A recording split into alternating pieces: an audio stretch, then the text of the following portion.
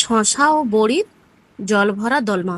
শশার এই জলভরা দোলমা যেমন শরীরের জন্য আরামদায়ক, তেমনি মুখের সাবেকিয়ানা স্বাদ এনে দেয়।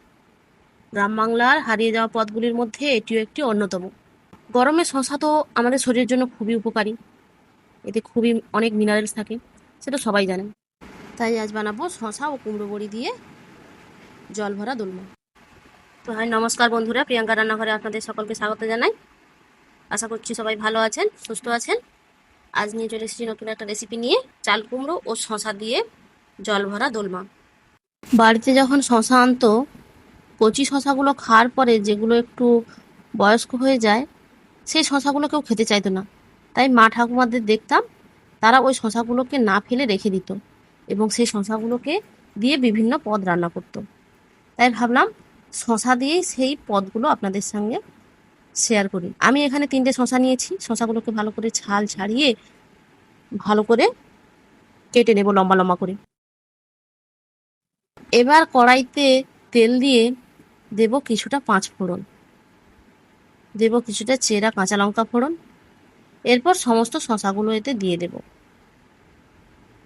শশাটা দেওয়ার পরে দেব হলুদ ও লবণ, যাতে শশা থেকে ভালো করে জল ছাড়তে শুরু করে এবং শশাগুলো সেদ্ধ হতে শুরু করে।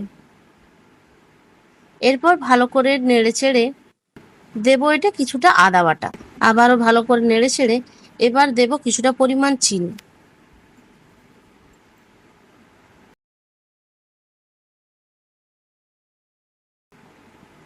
আবারও ভালো করে নেড়ে চেড়ে নেব।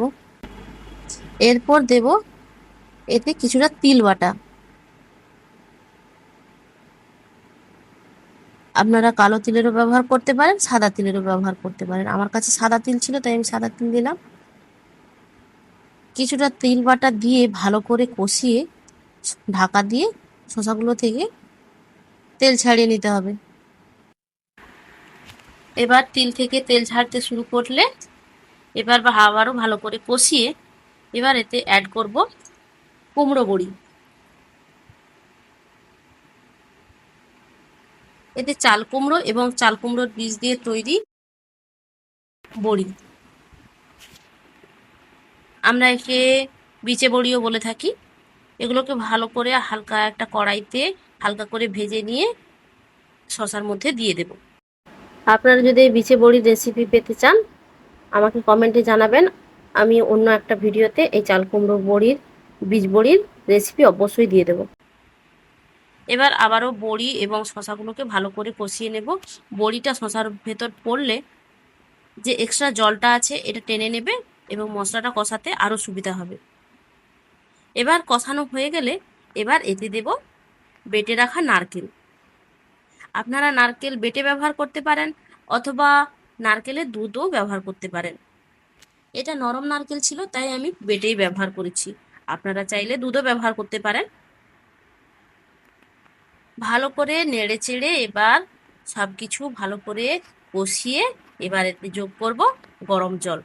ফুটে উঠলে হালকা গরম মশলা ও সামান্য ঘি ছড়িয়ে পরিবেশন করব শশার জলভরা দোলমা। সাবেকিয়ানায় ভরপুর এবং বাঙালির ঐতিহ্যবাহী পুরনো রেসিপি। এই তীব্র গরমে কুমড়োর বড়ি দিয়ে জলভরা শশার দোলমা এক পদ হলেই ভাত শেষ। একবার বাড়িতে বানিয়ে অবশ্যই ট্রাই করবেন এবং কমেন্টে অবশ্যই জানাবেন কেমন লাগলো। আর নতুন নতুন ভিডিও পেতে আমার চ্যানেলটিকে সাবস্ক্রাইব করে পাশে থাকবেন। ধন্যবাদ।